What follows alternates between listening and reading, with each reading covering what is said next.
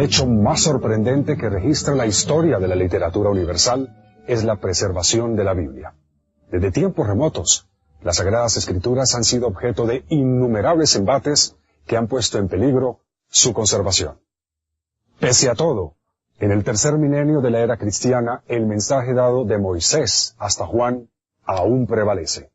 Esto ha motivado a que la obra que guarda la palabra de Dios también se conozca como el libro indestructible.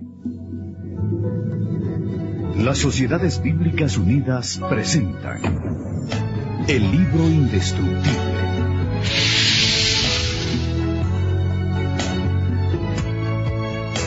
El propósito de Dios ha sido siempre mantener una comunicación clara y directa con su pueblo. Moisés fue el gran líder hebreo con quien el Señor hablaba y quien tuvo la labor de comunicar sus decretos y sus leyes al pueblo hebreo.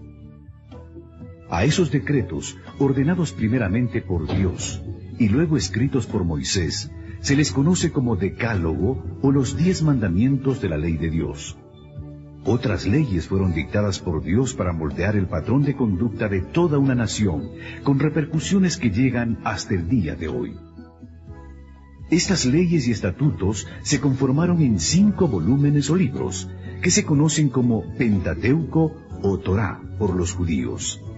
La palabra Torá, habitualmente traducida por ley, de acuerdo con su raíz hebrea, significa más bien guía o instrucción. Estos fueron los inicios de lo que hoy conocemos como la Biblia. Tomó 1500 años recopilar el texto que hoy tenemos. Sus escritores fueron reyes, guerreros, campesinos, profetas y hasta sacerdotes judíos. La Biblia, como se conoce actualmente, está dividida en Antiguo Testamento y Nuevo Testamento, y abarca una colección de libros. El Antiguo Testamento es propiamente las escrituras hebreas. Los judíos religiosos las continúan usando como base para su teología y su guía de vida. Originalmente la Biblia fue escrita en forma continua, sin divisiones de palabras y sin signos de puntuación. El hebreo y el arameo se escribían de derecha a izquierda, y desde la antigüedad estos textos fueron blanco de destrucción. Uno de los primeros intentos por destruir los escritos sagrados ocurrió alrededor del año 587 a.C., cuando los babilonios desolaron la Tierra Santa.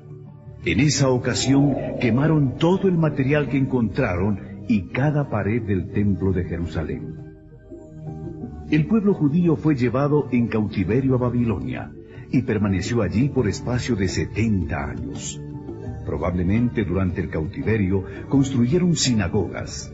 Estas eran pequeños lugares donde podían reunirse y educarse. En ellas experimentaron un gran avivamiento en la adoración y la renovación espiritual, al volver a leer los escritos sagrados. Pero se requería que hubiese copias de esos textos disponibles para cada una de las sinagogas. Esa necesidad trajo como consecuencia la creación de una institución, la de los escribas. Los escribas que copiaron los manuscritos hebreos fueron bastante serios y rígidos en la escritura de los pergaminos. No solamente eligieron las plumas, eligieron con cuidado la tinta, sino también las pieles sobre las que se iban a copiar los diferentes manuscritos. Su cuidado fue tan extremo que cada vez que se cometía un error, los contaban porque al tercero, toda la piel y todo el trabajo tenía que volver a iniciarse de nuevo. Cada vez que se escribía el nombre sagrado de Dios, se cambiaban plumas y tinta para volver a empezar de nuevo, porque era tanto su cuidado de mantener limpio y santo el trabajo, que hasta en esos detalles ellos cuidaron bastante. Eso realmente fue providencial, porque los manuscritos hebreos que hoy tenemos en la actualidad realmente son de lo más perfectos. Y a diferencia de los manuscritos griegos, la poca cantidad de manuscritos hebreos asegura que el texto que se imprimió es un texto bastante seguro y bastante exacto. En la época del gran conquistador griego Alejandro Magno, se fundó en Egipto la Biblioteca de Alejandría. Alejandro pidió al rey Ptolomeo que ordenara una versión en griego de la Biblia. El gran sacerdote de Jerusalén, Eleazar, accedió a proveer 6 sacerdotes por cada tribu de Israel, para conformar así los 70 hombres que irían a Alejandría a realizar el trabajo de traducción.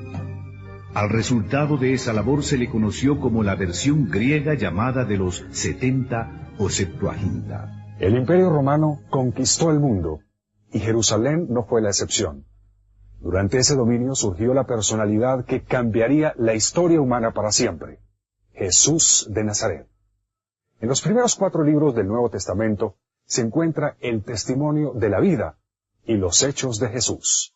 Inicialmente los evangelios correspondieron a una tradición oral, pero después de la muerte y resurrección de Jesús, muchos detalles empezaron a perderse.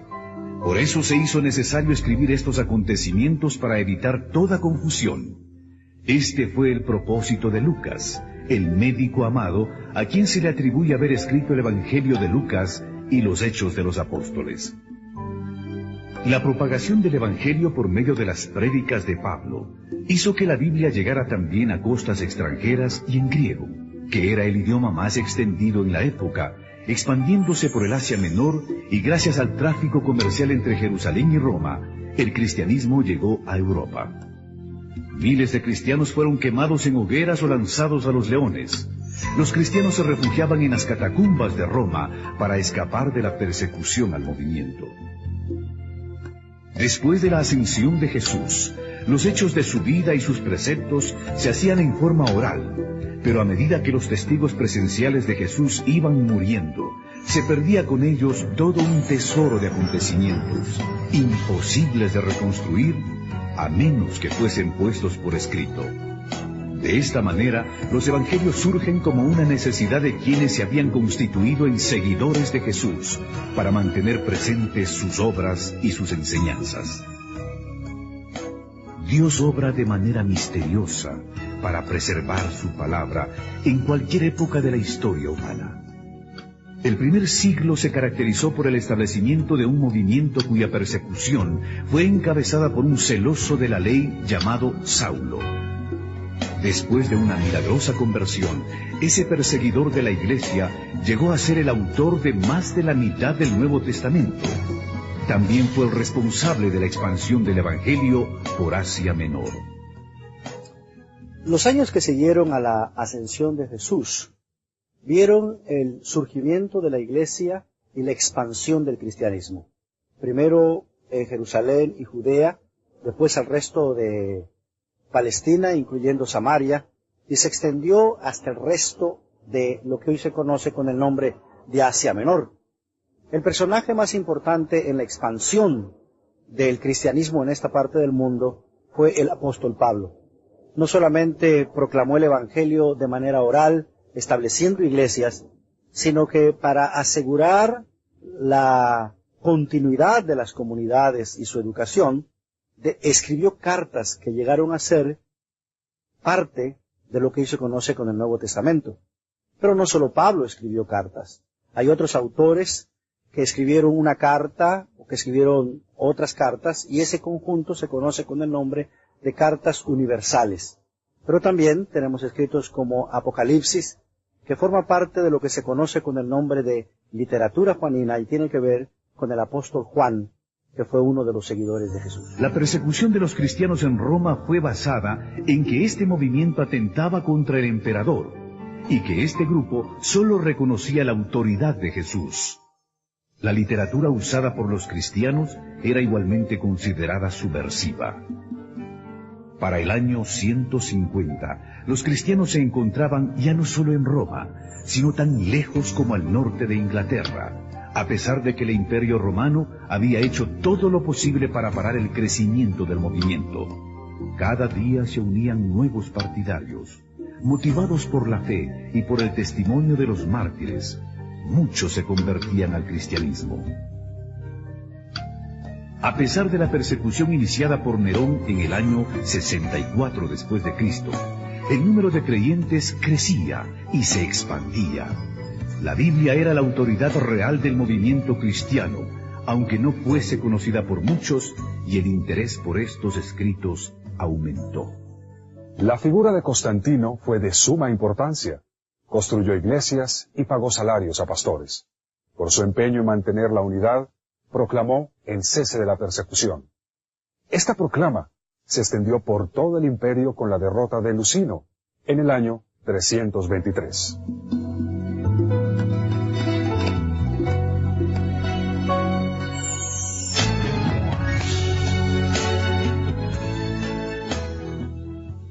La canonización de los textos bíblicos implicó un proceso lento y de varias etapas. La palabra canon, con referencia a la Biblia, fue empleada por primera vez hacia el 360 después de Cristo. 7 años después, hizo la primera lista de los 27 libros del Nuevo Testamento.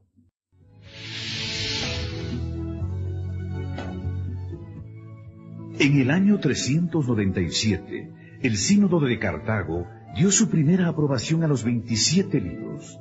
Con esto se reafirmaba la autoridad del Nuevo Testamento. Para el año 400, el latín se había convertido en una lengua importante para comunicar enseñanzas religiosas, por lo que se necesitaba una traducción confiable de las Escrituras.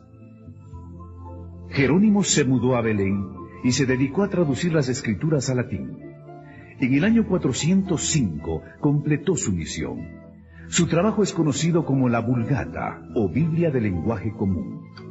El latín se convirtió en la lengua oficial de la Iglesia Católica Romana hasta este siglo. Cada nación protestante usó su propio idioma. El griego siguió como idioma oficial en el Oriente. Hacia el año 555, el Imperio Romano iba en decadencia producto de las invasiones de pueblos bárbaros como los germánicos, lombardos y muchos otros, quienes terminaron conquistando el imperio.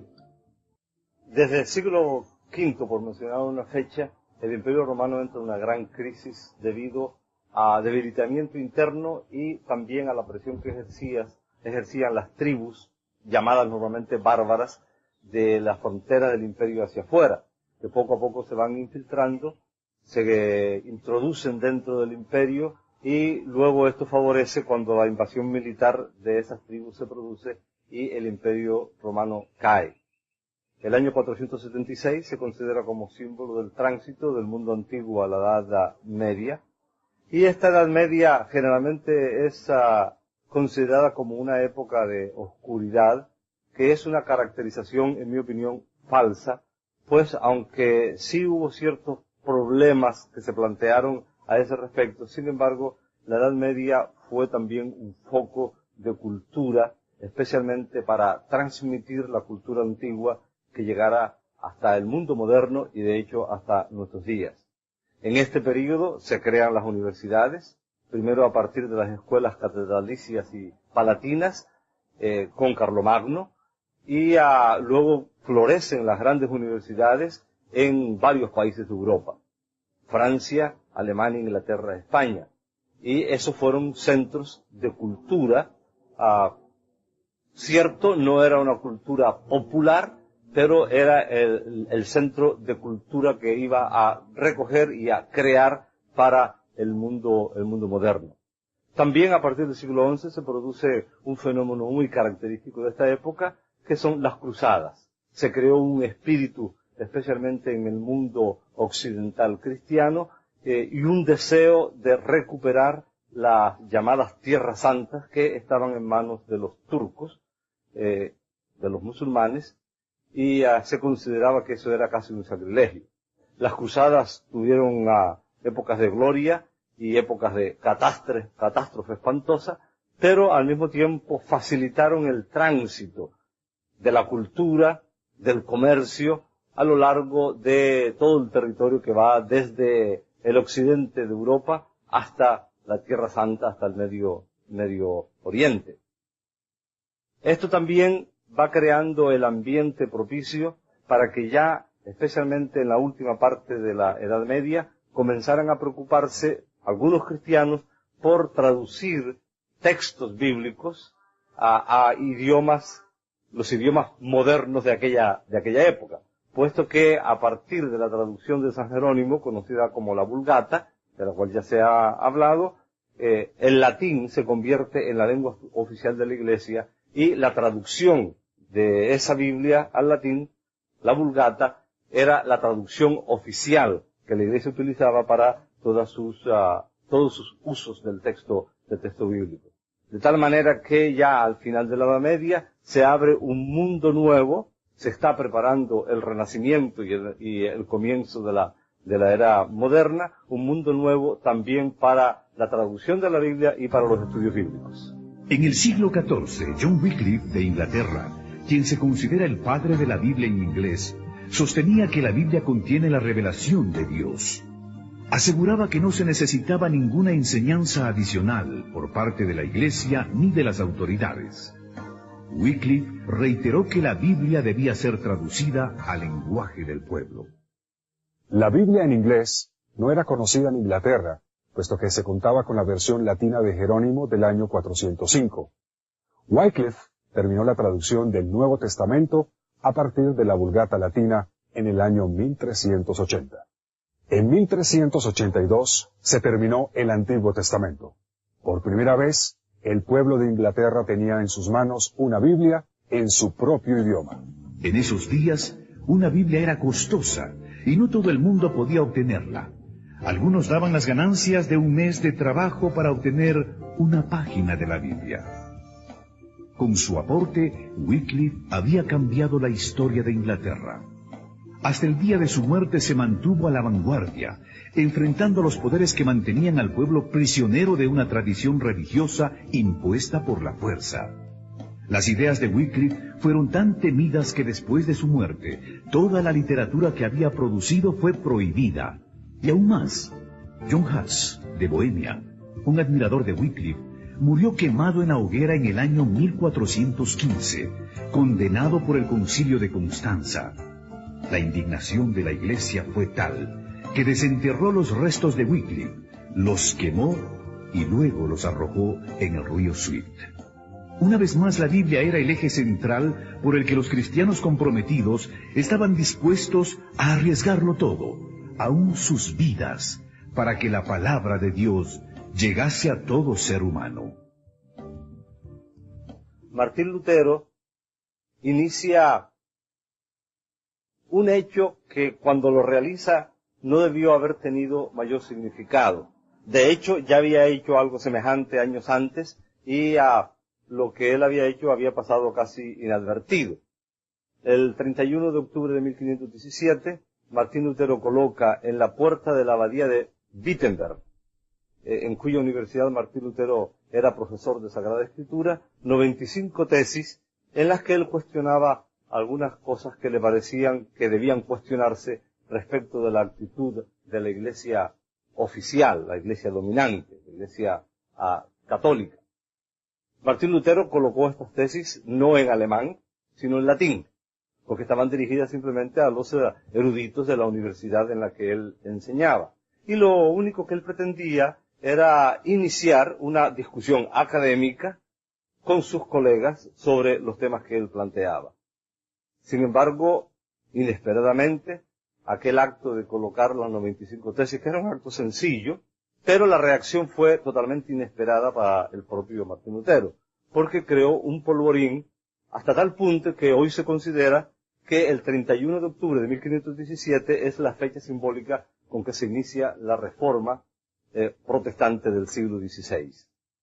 Entran en ejercicio los órganos supremos de legislación y de autoridad en el imperio, y en 1521 Martín Lutero es llamado a la Dieta de Worms para que se retractara de las doctrinas que estaban enseñando. Es famosa la frase, probablemente un poco apócrifa, legendaria, pero simbólica, en que Martín Lutero se planta frente a la Dieta y sostiene que a menos que le convenzan con el texto de la Sagrada Escritura en la mano de que él está equivocado, él no va a retractarse. Amigos de Martín Lutero lo secuestran literalmente cuando sale de la Dieta, lo llevan al castillo de Wartburgo y eso que al principio podría parecerle a uno que fue también una una especie de pequeña catástrofe, se convirtió en algo muy significativo. Porque mientras estuvo en el castillo de Marburgo, Martín Lutero tradujo el Nuevo Testamento del griego al alemán, iniciando también de esta manera a algo muy significativo, porque años más tarde termina la traducción completa de la Biblia y los especialistas en germanística señalan que esa traducción fue un hito muy, pero muy significativo en la formación de la lengua literaria de lo que hoy es el alemán. La traducción de Martín Lutero se convierte también en símbolo, porque entonces comienzan también a producirse traducciones en las otras lenguas de la Europa de la época. Pero en 1529 fue derogado dicho principio y se prohibió la difusión de la religión evangélica. Entonces fue presentada una protesta formal. En la misma se afirmaba que en asuntos de religión cada quien debía seguir a su conciencia. De ahí el nombre de protestantes, con el que se conoció a los seguidores de Lutero, Zwinglio y Calvino. La primera Biblia en francés es la aparecida en 1535, en versión de Pierre Robert Olivetan, primo de Calvino. Lutero proclamaba que la única fuente de verdad era la Escritura. Los movimientos de reforma religiosa estaban por esta época bastante difundidos en Europa. Se contaba con Erasmo de Rotterdam, John Colet en Inglaterra, Jacques Lefebvre en Francia, Francisco Jiménez de Cisneros en España, Juan Valdés en Nápoles. También apoyaban a Lutero los nacionalistas alemanes liderados por Ulrico von Hutten. En la Inglaterra de 1519 se destacó un joven estudioso en la Universidad de Cambridge, William Tyndale. El joven entendió que si el Nuevo Testamento tenía tanto efecto en los intelectuales de Cambridge, la palabra de Dios haría mucho más en los campesinos. A partir de esta conclusión, Tyndale empezó su misión de traducir la Biblia en inglés, teniendo en mente a la gente común. Tyndale tuvo que salir de Inglaterra para poder hacer su trabajo de traducción, porque en este país había prohibiciones de usar una Biblia que no fuera en latín. En 1524 viajó a Hamburgo para finalizar su traducción del Nuevo Testamento. Al igual que Lutero, Tyndale utilizó para su labor los textos griegos de Erasmo y la Vulgata latina, así como las traducciones hechas por Lutero al alemán. En diciembre de 1525, Tyndale imprimió el Nuevo Testamento e hizo los arreglos para introducirlo en Inglaterra de manera clandestina en sacos de harina. La llegada de la literatura en inglés fomentó el descontento oficial. Los problemas en la distribución empezaron cuando los Nuevos Testamentos tuvieron que ser introducidos en Inglaterra, usando diferentes vías como marinos mercantes y hombres de negocios. Las autoridades inglesas estaban activas. Arrestaban a todo aquel que encontraban con un ejemplar. La expectativa de poder leer la Biblia en inglés fue tan grande que la gente se arriesgaba a pesar de las amenazas. Cada libro de Tyndale que las autoridades encontraban era quemado. El obispo y el cardenal quemaron 158 cajas del Nuevo Testamento de Tyndale. Pero mientras en tierra lo quemaban, cientos de ejemplares eran impresos en Alemania. Por espacio de 10 años la destrucción sistemática del libro continuó en Inglaterra, y los difusores eran puestos en prisión o quemados en la hoguera. A pesar de que las autoridades hacían esfuerzos por parar el trabajo de Tyndale, este lo continuó desplegando fervientemente. Tyndale fue traicionado, arrestado y puesto en prisión en Bélgica por año y medio. Luego fue enviado a la hoguera. Otro hombre, Miles Coverdale, terminó el trabajo de traducción de la Biblia basado en el trabajo de Tyndale.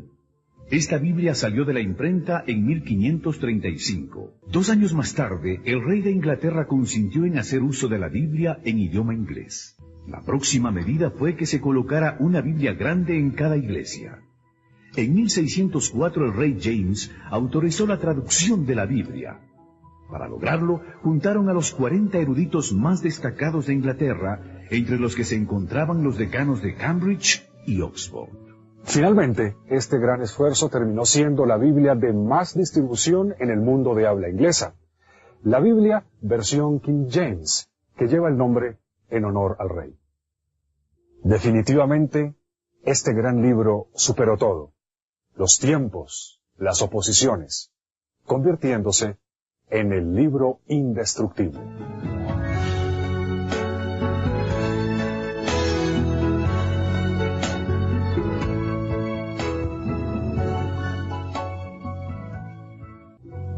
En el año 1557, en el monasterio de San Isidro del Campo, en Sevilla, España, un monje de nombre Casiodoro de Reina, admirador y estudioso de Jerónimo, sintió el deseo de traducir la Biblia a su propio idioma, llevando así la Biblia al pueblo hispano de ese tiempo, un gran aporte a la difusión y alcance del libro indestructible. El primer intento de traducción de Casiodoro de Reina fue un salmo, el que luego llevó como regalo a una rica y piadosa mujer de nombre Isabel, muy devota de la fe cristiana. Ese fue el inicio. La gran pregunta era si podría hacer lo mismo que Jerónimo, traducir la Biblia completa. Hasta este momento se creía que el idioma para las cosas sagradas era el latín, y no se concebía la Biblia en una lengua romance como el castellano. Al enterarse Casiodoro que la Inquisición enjuiciaría a los monjes, huyó del monasterio. Tuvo que vivir en diferentes países acosado por sus enemigos, sentenciado a muerte, bajo acusaciones falsas y con penurias económicas. En 1572 la Inquisición lo enjuició en ausencia. Al ser hallado culpable, quemaron una efigie suya en señal de lo que le esperaba en caso de ser capturado. Casiodoro se estableció en Inglaterra. Allí recibió seguridad y protección. La reina le otorgó una pensión para que pudiera continuar con la traducción de la Biblia, pero la persecución no se detuvo.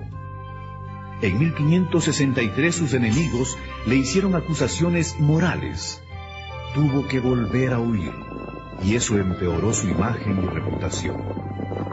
Después de 12 años de intensa labor en medio de viajes, intrigas, enfermedades y toda clase de contratiempos, en 1569 en Basilea, Suiza, se publicó su traducción de la Biblia al castellano. Un compañero de Casiodoro de Reina, en el monasterio de San Isidro del Campo, en Sevilla, en el sur de España, que también había huido de la península ibérica por temor de la persecución, inicia una labor de revisión del texto de don Casiodoro. En la presentación que hace al inicio de su obra don Cipriano de Valera, habla muy elogiosamente de la obra de Casiodoro de Reina, señala que ya es imposible conseguir ejemplares y decide hacer la revisión para ponerla al día porque había habido algunos cambios en cuanto al uso del idioma, sobre todo, y algunos principios que había seguido un Casiodoro de Reina que Cipriano consideraba que debía cambiar. En 1602, en Ámsterdam, se publica lo que a mí me gusta llamar la primera auténtica y original Reina Valera, es decir, la primera revisión que se hace del texto de Reina por don Cipriano de Valera. La revisión de Reina Valera ha sido el texto bíblico más usado por las iglesias evangélicas de habla castellana, tanto en España como en Hispanoamérica y en otras partes donde se usa nuestro idioma. El texto revisado por don Cipriano de Valera, por supuesto, en 1602, fue sometido a diversas revisiones a lo largo de los siglos, muchas de ellas muy poco conocidas, y luego cuando se forman las primeras sociedades bíblicas y después, posteriormente, las Sociedades Bíblicas Unidas, se hacen las revisiones más conocidas en el día de hoy. La de 1909, publicada por la Sociedad Bíblica Británica y Extranjera, es la Biblia con la que yo me eduqué en la fe.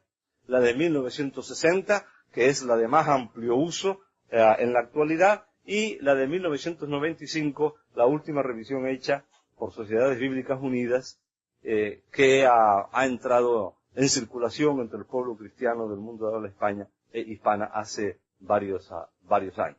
La persecución en Europa llevó a un grupo de puritanos a convertirse en peregrinos que después emigrarían de Ámsterdam a Inglaterra, buscando la manera de salir hacia nuevos horizontes.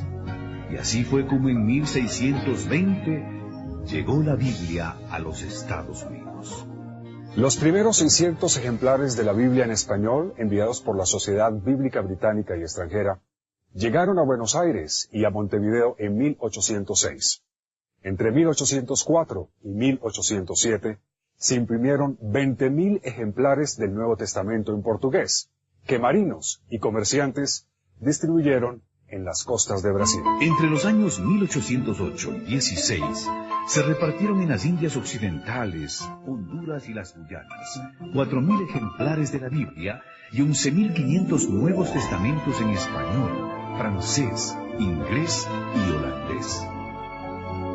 Comerciantes, viajeros y piadosos capitanes de barcos también diseminaron ejemplares del texto sagrado por las costas de América Latina.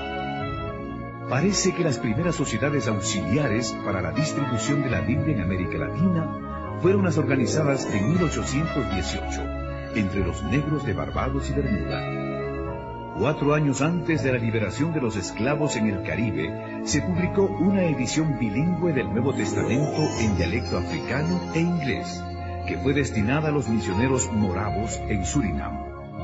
De ella se realizaron subsecuentes ediciones hasta 1889. Sin lugar a dudas, el misionero más dedicado a la obra de la distribución de la Escritura en este período fue James Diego Thompson. Viajó por iniciativa propia a América Latina para promover el método lancasteriano de educación, usando la Biblia como texto principal. Desde 1818 estableció escuelas y distribuyó la palabra de Dios en Argentina, Uruguay, Chile y Perú, antes de servir como agente de la Sociedad Bíblica Británica y Extranjera en Ecuador, México, el Caribe y Canadá. Por fin la Biblia había llegado a las Américas. La versión conocida como Reina Valera comenzó a afianzarse en el territorio de habla hispana. Pero la labor no concluía ahí. Había que traducirla a los diferentes idiomas que se hablan en el continente y mantenerla actualizada de acuerdo a los cambios propios de cada idioma. Este texto pretende poner el texto de Reina Valera acorde con el uso de la lengua a fines del siglo XX y principios del siglo XXI, puesto que el texto anterior de 1960 tenía muchas características que eran propias de la época cuando se hizo esa revisión, pero que no calzan en la actualidad muy bien con la manera como nosotros usamos hoy el idioma. Fue hecha por un equipo multidisciplinario de varias partes del mundo de habla castellana, incluyendo la península ibérica y varias regiones de América Latina. Dios nos ha bendecido permitiendo que investigadores, arqueólogos, biblistas, eruditos, etcétera, logren sacar a la luz, a veces encontrándolos en bibliotecas que nadie registraba, especialmente en los archivos antiguos, documentos que son de un valor incalculable para los estudios de la Biblia, para los estudios de la época cuando se escriben ciertas partes de la Biblia, en particular el Nuevo Testamento, y también para la traducción bíblica. Me refiero a los documentos de Qumran, que salen a la luz los primeros en 1947, y que poco a poco va revelando que no se trataba solamente de unos pocos documentos en una cueva allí en Qumran, cerca del Mar Muerto, sino que esparcidos en 11 cuevas distintas se encontraron muchas tinajas que contenían manuscritos bíblicos que permitieron y permiten a los especialistas conocer más de la época del Nuevo Testamento, de la época en que vivió a Jesucristo, porque se calcula que esos documentos corresponden a esa época, cuando fueron escritos, y que probablemente fueron escondidos allí para librarlos de los ataques romanos, que van a concluir con la destrucción del Templo de Jerusalén. Y tales documentos permiten, conocer más sobre la época y permiten algo de un valor incalculable para los especialistas de la Biblia y los traductores de la Biblia. Porque permiten tener por fin a mano, especialmente documentos del Antiguo Testamento, textos del Antiguo Testamento. Probablemente el más conocido de todos ellos es el rollo de Isaías, que antecede en muchos siglos a los documentos más antiguos que se tenía hasta entonces del Antiguo Testamento. Los que han estudiado un poquito acerca de este tema, no me refiero específicamente a los documentos de Qumran, sino al tema general de la Biblia, pueden imaginarse el significado que puede tener. Tener a la mano un documento del Antiguo Testamento cuya copia más antigua es del siglo X de nuestra era, y de repente tener en la mano un documento de ese mismo texto bíblico que antecede en unos siglos a la era cristiana. Es tan obvio el significado de eso que casi tratar de explicarlo podría ser un insulto. Porque cuanto más cerca estén los documentos de los escritos originales, que no han llegado hasta nosotros, por supuesto es de muchísimo más valor. Los manuscritos descubiertos preceden en siglos a los que se tenían para estudiar, comprender y traducir el texto hebreo. Esto ha permitido a los estudiosos comparar el texto tradicional, conocido como texto masorético, con la Septuaginta de la traducción griega. Los rollos estuvieron escondidos por más de 1900 años en cuevas de dicha región, donde un niño pastor de ovejas accidentalmente los descubrió. Gracias a la investigación continua, a la tecnología contemporánea y al desarrollo de nuevas metodologías de estudios bíblicos, los creyentes del nuevo siglo están en una posición ventajosa para la comprensión del mensaje de las Escrituras. La expansión de las comunicaciones vía satélite, por computadoras, telefonía celular, el fax y la Internet abre nuevas puertas para que la palabra de Dios llegue a cada rincón del planeta. La intención de Dios es que su palabra llegue a cada ser humano. Las Sociedades Bíblicas Unidas trabajan arduamente para que las Sagradas Escrituras estén disponibles en todo el mundo, en un lenguaje que la gente pueda entender, a un precio que puedan pagar y en el formato adecuado.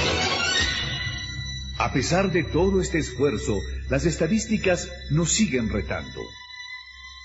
La población mundial se estima en 6.000 millones de habitantes.